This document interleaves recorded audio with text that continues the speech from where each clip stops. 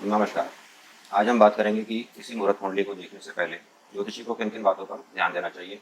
दूसरे, 5 अगस्त 2020 दोपहर में अयोध्या में अभिजीत नक्षत्र के दौरान होने वाले श्री राम मंदिर के शिलान्यास की मुहूर्त कुंडली कैसी है।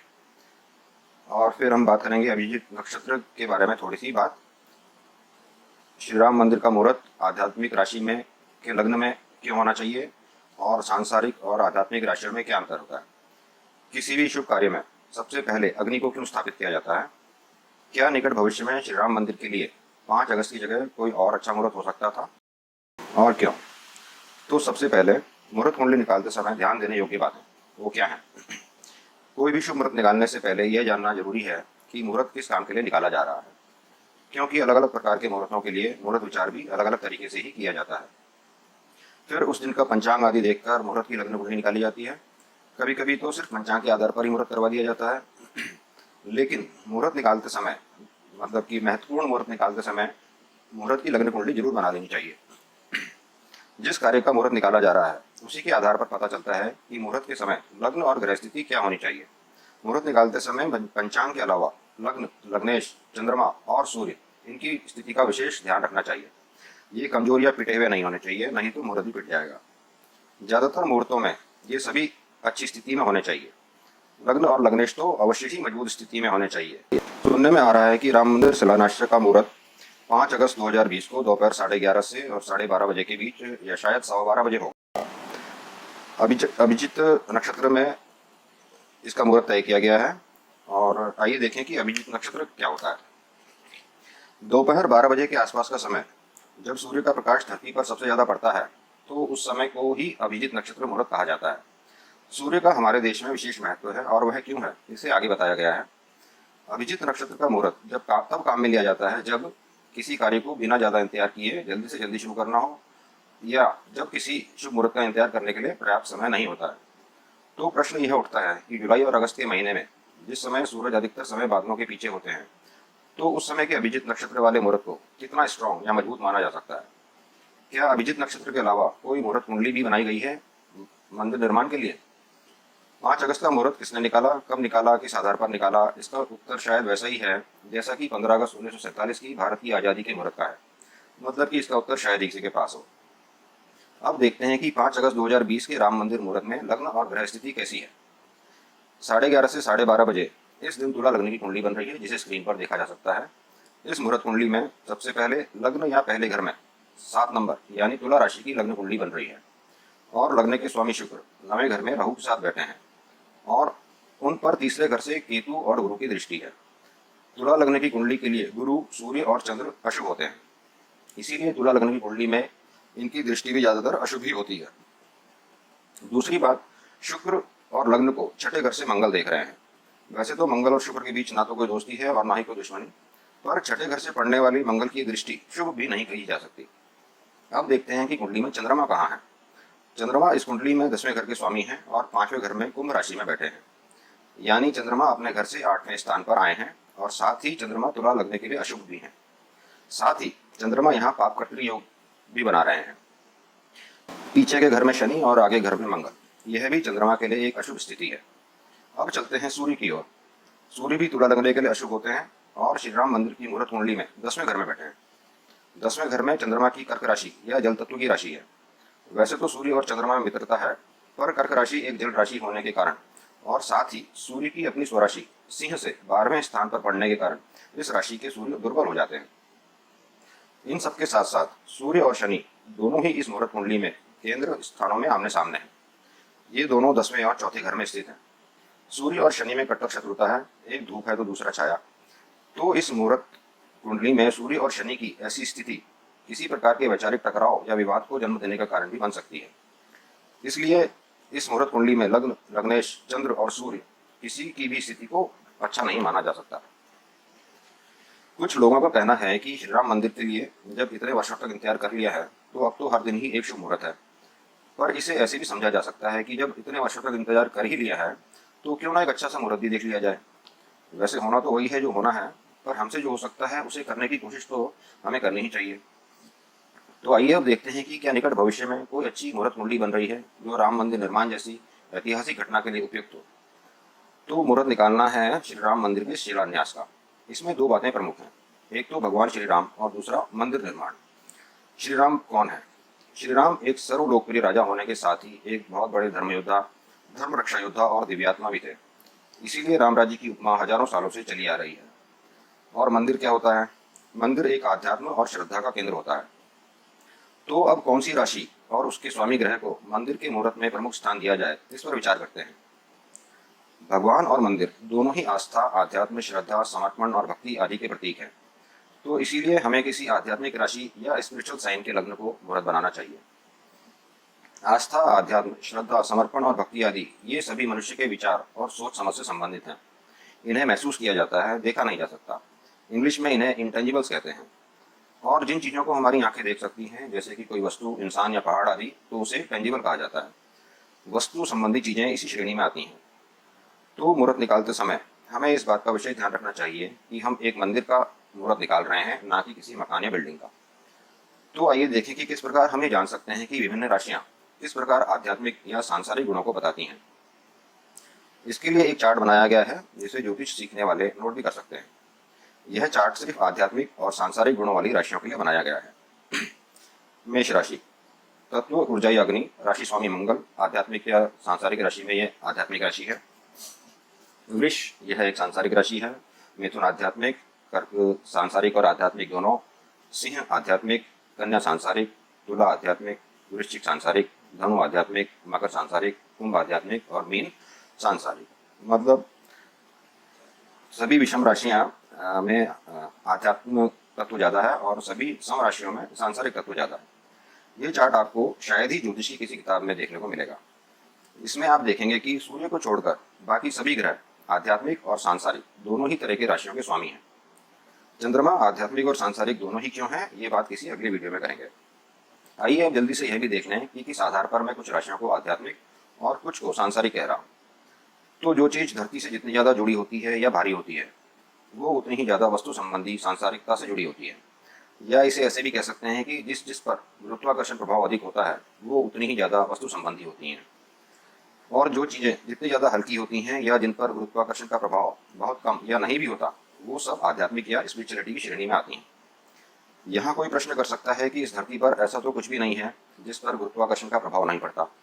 तो मैं एक उदाहरण देकर कहना चाहूँगा कि कभी कहीं थोड़ी सी आग लगाकर देखिए, आग की लपटें कहाँ जाती हैं, नीचे की ओर जा रही हैं या ऊपर की ओर। तो अग्नि ही एक ऐसा तत्व है जो ग्रेविटी के विपरीत कार्य करता है और ऊपर की तरफ उठता है। इसलिए सबसे ज्यादा स्पिरिचुअलिटी किस तत्व में होगी, अब हम यह जानते हैं। चलते चलते बस एक छोटी सी बात और, इसीलिए स्पिरिचुअलिटी में सबसे ज्यादा स्पिरिचुअल अग्नि को माना गया है, फिर वायु, उसके बाद जल और फिर पृथ्वी आते हैं। भारत में किसी भी हवन, शुभ कार्य, पूजा या विवाह आदि के मुहूर्त में भी सबसे पहले अग्नि इसीलिए स्थापित की जाती है क्योंकि इसे सबसे ज्यादा पवित्र, पूजनीय और स्पिरिचुअल माना गया है। तो एक क्षत्रिय महाराजा, महापुरुष, पराक्रमी योद्धा, परम त्यागी, संत और दिव्यात्मा के मंदिर बनाने का मुहूर्त कैसा होना चाहिए? जाहिर है कि ऐसा मुहूर्त किसी आध्यात्मिक राशि के लग्न का ही होना चाहिए, जिन्होंने पिता का वचन निभाने के लिए पूरे राजपाट और सांसारिकता का त्याग कर दिया। क्या उस समय से लेकर आज तक ऐसा कोई हृदय सम्राट या दानी महापुरुष हुआ है? तो तीन राशियां जो इस मुहूर्त के लिए सबसे उपयुक्त हो जाती हैं वे हैं मेष, सिंह या धनु राशि। ये सभी अग्नि राशियां हैं और इनसे ज्यादा कोई भी राशि ना तो आध्यात्मिक है, ना ही बलिदानी और इसीलिए ना ही स्पिरिचुअल। ये सभी क्षत्रिय राशियां हैं, धर्म की रक्षा करने वाली। और जिस प्रकार इन राशियों का तत्व अग्नि या ऊर्जा है, उसी प्रकार प्रभु श्री राम ने भी अपनी अपार ऊर्जा से धर्म की रक्षा के साथ साथ अन्य कई मापदंडों को भी हासिल करने में कोई कसर नहीं छोड़ी। मेरी आज की बात से प्लीज यह अर्थ ना लगाएं कि बाकी की राशियां कोई कम हैं। बस हमारे वीडियो देखते जाएं और आपको पता चल जाएगा कि ये पांचों तत्व या पांचों उंगलियां मिलकर मुट्ठी कैसे बनते हैं। तो अब 5 अगस्त 2020 का अभिजित नक्षत्र वाला मुहूर्त क्यों कमजोर और अपनाने लायक नहीं है, मैंने अपनी ओर से बता दिया है। इस बारे में अगर किसी को कुछ पूछना है तो उसका स्वागत है। अब चलते हैं यह देखने के लिए कि क्या निकट भविष्य में हमें राम मंदिर शिलान्यास के लिए कोई अच्छा मुहूर्त मिल भी रहा है या नहीं। और यह मात्र संयोग की बात है कि 5 अगस्त से मात्र 10 दिनों बाद यानी 15 अगस्त के आसपास सूर्य कर्क राशि से निकलकर अपनी ही राशि सिंह में होंगे, मंगल भी अपनी मूल त्रिकोण राशि मेष में होंगे और गुरु जो कि पहले से ही धनु राशि में चल रहे हैं, उनकी संपूर्ण शुभ दृष्टि इन दोनों ग्रहों सूर्य और मंगल पर होगी।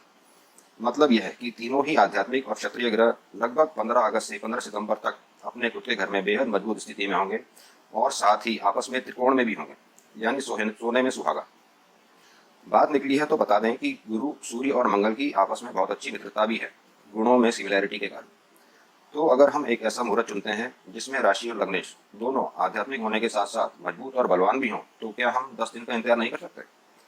वैसे तो 19 अगस्त 2020 की सुबह 6:30 पर भी बहुत अच्छी कुंडली बन रही है, पर अगर सुबह सुबह के समय में किसी प्रकार की प्रशासनिक मुश्किलें आ रही हों, तो मेरे विचार से 19 अगस्त 2020 को ही शाम 4:02 पर एक ऐसा मुहूर्त आ रहा है जो प्रभु श्री राम जी के मंदिर के लिए बहुत ही उपयुक्त होगा। इस समय नवांश में भी सभी ग्रहों की स्थिति बेहद अच्छी है। इस मुहूर्त की कुंडली को आप स्क्रीन पर देख रहे हैं। इस मुहूर्त में क्या खास है? लग्न की राशि धनु होगी, जो सिंह राशि के बाद एक परम आध्यात्मिक, अग्नि तत्व और क्षत्रियता प्रधान राशि है, जिसके स्वामी देवों के गुरु स्वयं गुरु हैं। लग्नेश यानी धनु राशि के स्वामी गुरु लग्न में अपने ही घर में है। 5वें घर में मंगल अपनी मूल त्रिकोण राशि और अपने ही घर मेष में है। 9वें घर में सूर्य भी अपनी ही राशि सिंह में है। चंद्रमा 9वें घर में अपने मित्र सूर्य और बुध के साथ गुरु द्वारा देखते हुए शुभ है। चंद्रमा को धनु लग्न के लिए अष्टमेश दोष नहीं लगता है। बुध 9वें घर में गुरु से दृष्ट और सूर्य के साथ बैठकर राजयोग बना रहे हैं। शुक्र धनु लग्न के लिए अशुभ होकर 7वें घर में है। यह एक कमजोर बिंदु है, पर लग्न से गुरु की दृष्टि के कारण यह अशुभता कम हो गई है। शनि अशुभ होकर दूसरे घर में है, यह भी एक कमी है, पर मुहूर्त कुंडली को थोड़ा ही कमजोर कर रही है, क्योंकि लग्नेश गुरु और शनि में शत्रुता नहीं है। राहु 7वें घर में और केतु लग्न में दोनों लगभग उच्च के हैं और इनका कुंडली में योगदान बुरा नहीं है। पर सबसे बड़ी बात यह है कि इस दिन पहले 5वें और 9वें घर के स्वामी, ये सभी मित्र ग्रह आपस में न केवल त्रिकोण में होंगे, पर लग्नेश गुरु लग्न में स्थित होकर इन दोनों को देख भी रहे होंगे अपनी पूरी दृष्टि से। इस मुहूर्त लग्न की एक और बड़ी बात जो बताना जरूरी है, वो यह है कि इस मुहूर्त लग्न कुंडली में सूर्य और बुध दशमेश और नवमेश होकर 9वें घर में एक साथ बैठे हैं, जो कि एक बहुत ही प्रबल या शक्तिशाली राजयोग होता है। प्रसिद्धि और आदर सम्मान के लिए ऐसा योग अत्यंत उत्तम माना गया है और किस्मत से ही मिलता है। साथ ही इस राजयोग को बनाने वाले ग्रह सूर्य और बुध नवांश में भी एक साथ ही हैं। नवांश कुंडली में ग्रह स्थिति इस प्रकार है: सूर्य वृषभ राशि में, शत्रु राशि में, चंद्र मिथुन मित्र राशि में, मंगल मेष अपने घर में, बुध वृष मित्र की राशि में, गुरु वृश्चिक मित्र की राशि में, शुक्र मीन उच्च की राशि में, शनि कुंभ अपने घर मूल त्रिकोण में, राहु तुला मित्र राशि में और केतु मेष मित्र राशि में। तो आप देख सकते हैं कि इस नवांश कुंडली में सूर्य को छोड़कर सभी ग्रह बहुत अच्छी स्थिति में है।